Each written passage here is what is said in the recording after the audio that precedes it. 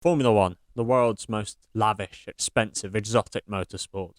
20 of the world's most talented drivers, driving around the greatest strips of tarmac on the planet. Roll the clocks back some 65 years, however, and we find ourselves on rainy days in the southwest of England. This is the story of when Formula One visited Cornwall. The 1954 season is still notable to this day.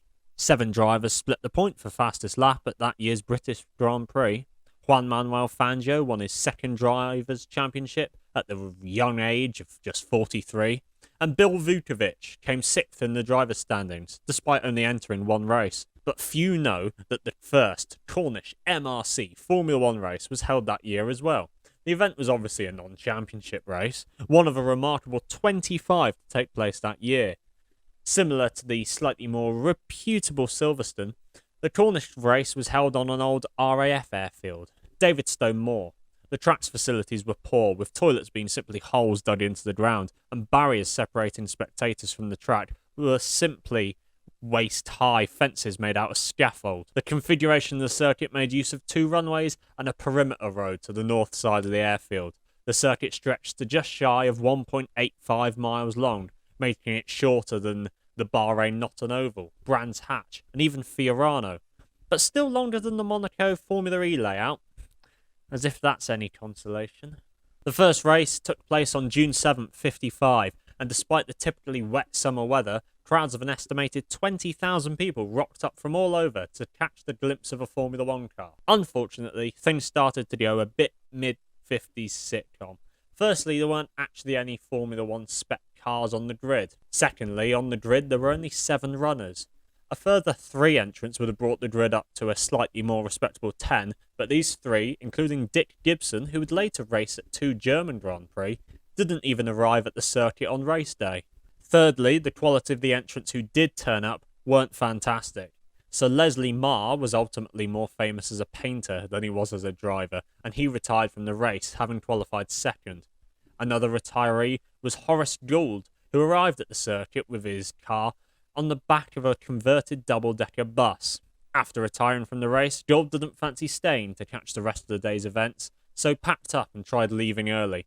His bus collided with a footbridge, bringing the bridge crashing down onto the track and bringing the day's proceedings to a premature end. John Risley Pritchard took the checkered flag that day. He would later in the year, alongside Marr and Gould, enter the British Grand Prix at Silverstone. Marr finished 8 laps down, Gould 46 laps down, while Risley Pritchard retired from the race.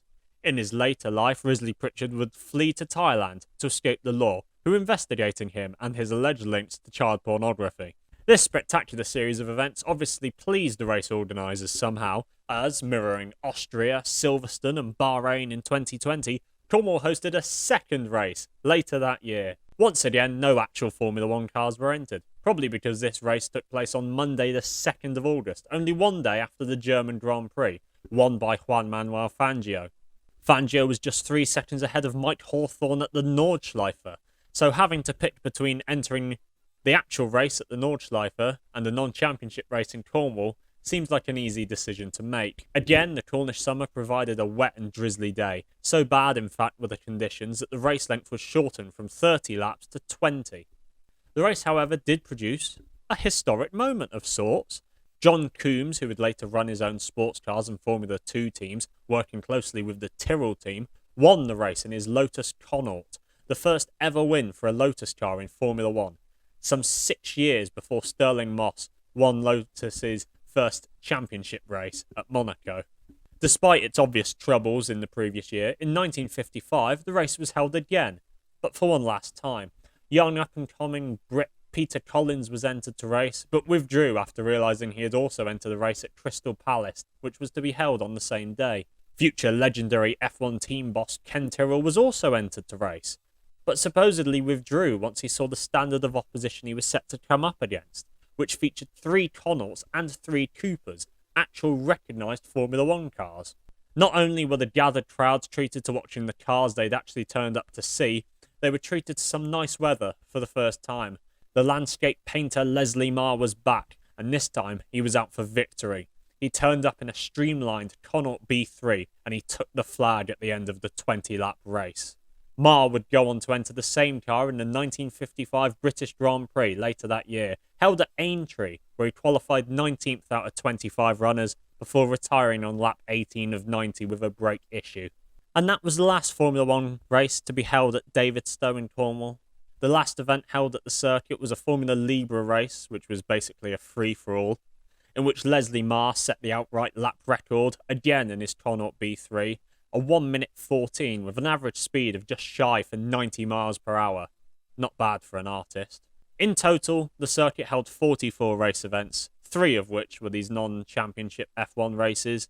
Despite the circuit's makeshift facilities, events drew reasonable crowds, especially considering the remote nature of the circuit's location. Today, the site has reverted back to its original use, an airfield. The Davidstow Flying Club operates microlight flying lessons from the base, utilising sections of 3 of the old runways, the very same stretches of tarmac which Risley Pritchard, Coombs and Marr would have raced on nearly 70 years ago.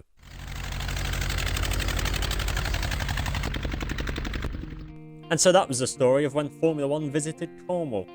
Drop a like if you liked it, dislike it if you really didn't, subscribe to see more stuff like this, you know how YouTube works, and take care and we'll see you next time.